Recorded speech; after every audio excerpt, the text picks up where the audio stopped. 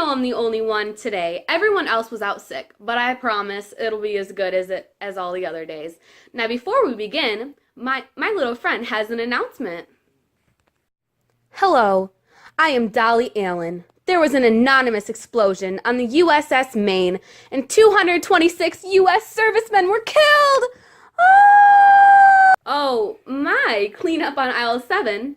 Anyways, we have a lot of information to tell you in a short amount of time, so I better get talking. We're going to be interviewing some people today telling us about the Spanish-American War. So sit down, grab some food, because this is going to be fun. I'm Abby, and today we'll be interviewing a man named Theodore Roosevelt. So, Mr. Roosevelt, how about you tell me a little bit about yourself? Yes, well, most people know me as the 26th president. My presidential term started in September of 1901 and ended in March of 1909. When I became president, not quite 43, I was the youngest president. Most people don't know that I'm an author as well. I've always loved relaxing and writing. So relaxing into the deep stuff now. I'm just itching to know who you were to the Spanish-American War. During the war, I was the lieutenant colonel to the Rough Riders Regiment, which led on a charge battle of San Juan. An imperialist or an anti-imperialist? And why? Definitely an imperialist. This is because if a weak country like Spain is allowed to keep colonies in Latin America, it is only a matter of time until powerful European countries like Germany, England, and France, or in or near the U.S. I also believe we need to increase the size of our navy and armies to intimidate European countries. This is, I believe, will prevent future wars. Thank you so much, Mr. Roosevelt. Now, onto the opposing side. Our next guest will be Andrew Carnegie. Abby, what do you want to know about me today? Today, we are going to talk about why you were an anti-imperialist. Do you care to explain?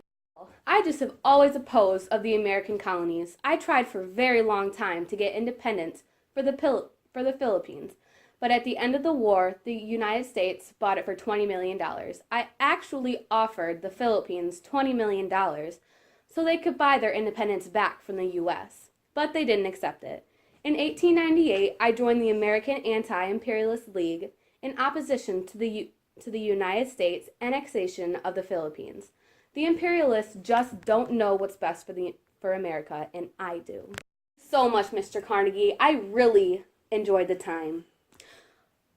Well, it's really nice to have all these new faces talking with us. Deborah is up next, but we have a little commercial. See you guys later.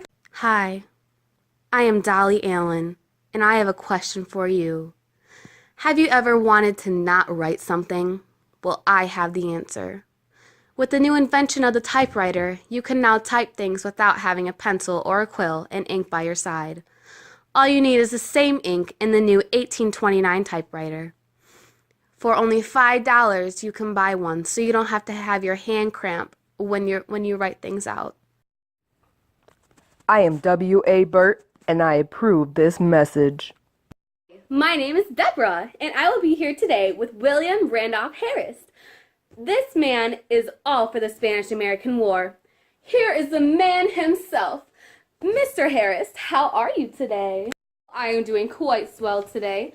It's amazing weather we're having out here, isn't it?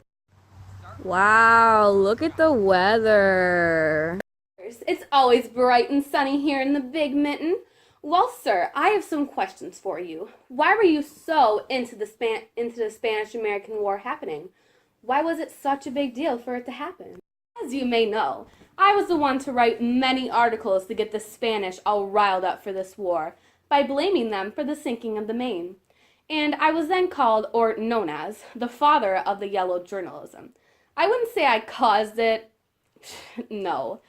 I was just a huge help. This was a big deal to happen because I just believed that the Spanish needed to be put down because they were planning on coming for our armies. I can't have that happen.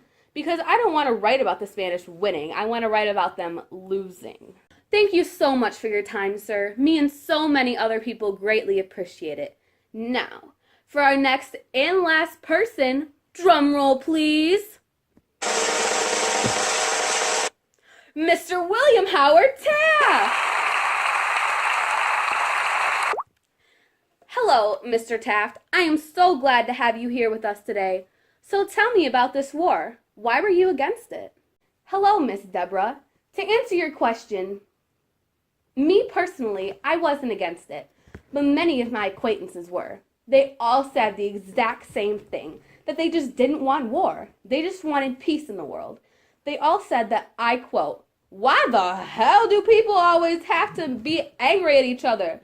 Suck it up, buttercup."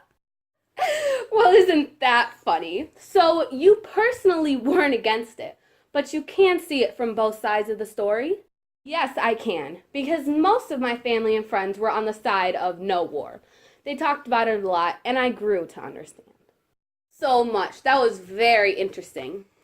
I am so sad to say that this is all the time we have for you today. Now, before we leave, Clark will close everything up for you guys. Have a good evening. Bye! Didn't everyone do so well tonight this evening? I'm so happy to have this time do this show this afternoon and evening. What is this? A dance party for us? Well, if I do say so myself. Walked in this party and these girls looking at me. Skinny jeans on, yeah, know my head nappy. Hey, okay. I want y'all to do this dance now. Juju on that beat, juju on that beat, juju on that, juju on that, juju on that beat. Now slide, chop, hit don't for no stop, hey, don't stop, hey. Don't stop, hey, run a man on that beat, hey, run a man on that beat, hey, run a man on that beat, hey, run a man on that beat. Now, do your dance, hey. You ugly, you your daddy's son, hey.